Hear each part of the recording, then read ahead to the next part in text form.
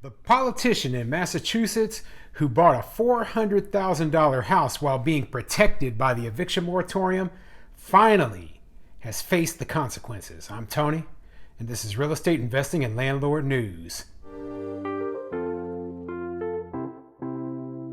Alright, so I have an update to a video I did just about a week ago that was talking about a politician who, combined with his wife, made over $100,000 during the pandemic per year, and at the same time was claiming that they needed protection with the eviction moratorium because they were facing financial distress.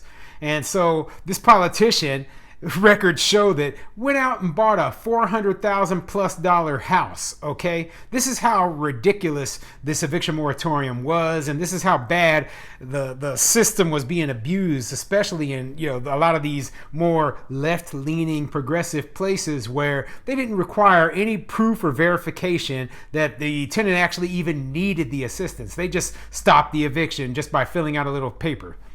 But before I get into the article, go ahead, hit the like and subscribe button. Maybe leave a comment down below and let me know. Are you surprised? Are you surprised that, this guy finally is going to have to pay the landlord back the money that was owed? I am. I mean, honestly, I thought he was going to get away with it. I mean, we're talking about a politician here, but hey, it probably looked pretty bad when he saw that his picture in that newspaper article made him look like a scumbag. Okay, so yeah, I mean, he is a scumbag for doing this to this landlord, but hey, I'm just saying the truth at this point.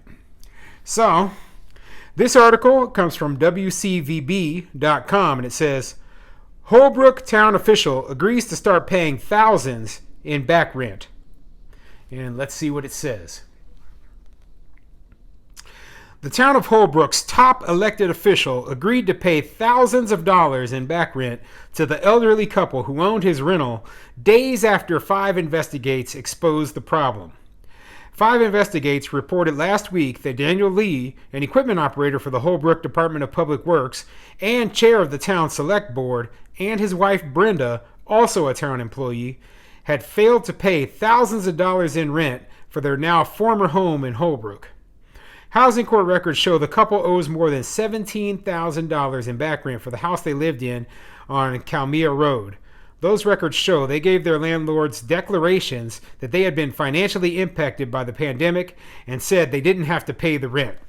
Well, they filled out a declaration with a clear-cut lie on it, okay? It's saying that they weren't financially, able to pay the rent because of the pandemic. But that was just a pure lie. Okay, they're getting paid from the county, so their paychecks are public record. These people are so brazen. I mean, it's just absolutely crazy to think they thought they were going to get away with this. And they almost did. If it wasn't for this newspaper and these, it surprises me sometimes when I see actual investigative reporting going on by local newspapers. I mean, this is the kind of stuff that we need to do.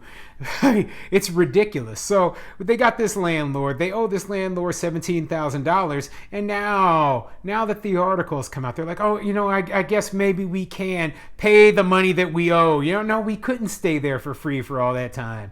Yeah, but I think they should go further. I personally believe that they should be prosecuted or sued even for, damages, because this is completely ridiculous, okay?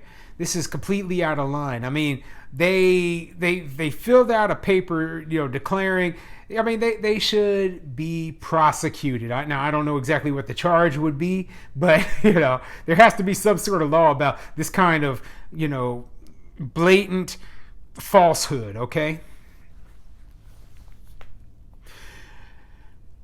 But town payroll records obtained by Five Investigates show they were both paid their salaries throughout the pandemic. Now the couple has agreed in housing court to a payment plan to pay back some of the unpaid rent they owe. The Lee's former landlords are senior citizens who live on a fixed income. People take the time to go out and vote for that person and support that person, landlord Michaela Rogers said on her former tenant. That person should do something for them. I don't live in Holbrook, and I don't know what he's done for the town, but I think that town needs to sit up and take notice of what's going on. And that's good advice right there, okay? you know you have a corrupt politician who is an elected official in your town. Well, guess what? This person doesn't deserve that elected position ever again, okay? They need to be removed from office, and at the best, they should just not vote for this person again, because this person's corrupt. Okay, it's obvious this person is corrupt, and if they hadn't been called on it, there is no way they would have paid any of this money back. While the Lees were withholding rent from Rogers and her husband, 5 investigators discovered they managed to purchase a newly built home in Holbrook last month for $433,000. In a statement, Daniel Lee told 5 investigators that he is a lifelong resident of Holbrook and works hard to make Holbrook a better place. He said the housing court case is being used by anti-business activists who hope to undermine his advocacy for economic development and a better Holbrook by trying to damage his reputation. What a bunch of crap. Once again, we have a person who is unwilling to take responsibility for their own actions. So what do? They go on the attack mode of anti-business interests. Hey, guess what? Landlords run businesses, small businesses. That's what a landlord does, okay? You're the anti-business person. You're trying to get services for free that you should be paying for. You know what I call that? Stealing, okay? And you're stealing from this landlord. Now, when they called you out, all of a sudden you finally decided to pay back. Well, that's just you trying to cover your butt. Okay, you look like a piece of garbage right now, a pure scumbag, and it's completely ridiculous. If you had just taken responsibility from the get-go and just paid this landlord the money that was owed, none of this would have happened. But you caused your own situation. So don't cry now that you're getting called out, okay? Don't cry now that somebody was willing to dig into the matter and find out that, hey, this person is a piece of garbage, okay? But that's the truth. So, interesting update on this story here. I'm glad to hear that the landlord finally is getting paid. I hope the court takes notice of this, and I hope the people in that town take notice as well, because simply put, there is no way I would elect this person back into any sort of public office again. This person probably, for all their falsehoods and everything, deserves to lose their job. I mean, they work for the city government. I mean, to me, it seems like you have an integrity issue, and that sort of integrity issue shouldn't be in any sort of public servant, okay? So, man, frustrating article, somewhat good ending to it. I still don't think this guy is, getting everything that he deserves, honestly. So, hopefully this doesn't happen again. I hope this landlord actually does get paid. And if not, sue the pants off of this dude, okay? He should probably still file a lawsuit just to make sure that you get every single penny that you're owed.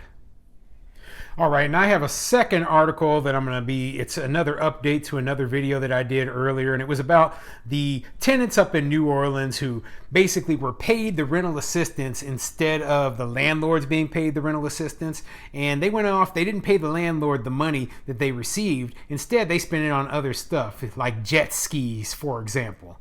But I have a little update on that story as well, and it's coming from WGNO.com, and the article says, some local renters have chosen not to pay landlords with renter's assistance money. And I'm just going to skip down to the updated parts because a lot of it is just stuff I've already covered. Clerk of Civil District Court Austin Baden said, I'm hearing every day from landlords who are complaining they're not getting any rental payments. The problem stems from a portion of the rental assistance program that allowed back rent payments to be made directly to tenants as opposed to the landlord to which they are owed. In most cases, the payments are several $1,000s intended to keep families in their homes. And then he says, it's a very good program. A lot of people are doing the right thing, but there are a number of people who are not. They're absconding with the money, said Baden. And I don't think it's a good program. And the problem is, it should have directed the money straight to landlords. The tenant should have never received a single penny because that just opened it up for fraud. Okay, so that was completely ridiculous. The program was doomed to have this problem from the get-go. So let's skip down a little bit. And it says, Willman also stated that this issue should self-correct because the funding for that specific program has been used up and the round of money they're currently distributing has to include the landlord. As for landlords who lost out on getting reimbursed, the rental assistance program will not pay more than once on a property, so their only recourse now is through the courts. So yeah, that's the update that I expected, okay? Basically, what they're saying is, oh, well, too bad, the tenant took the money and gone. Well, nothing we can do about that. Yeah, so the landlord's just out of luck. Once again, proof positive that the whole eviction moratorium, even with the rental assistance program in place, was unconstitutional taking of private property for public use without just compensation, okay? That's a pure violation of the Fifth Amendment, and I mean, this is just proving it right there. So, gosh, man, I mean, so much bad stuff going on with landlords right now. I mean, I can just find story after story after story of all the ridiculousness.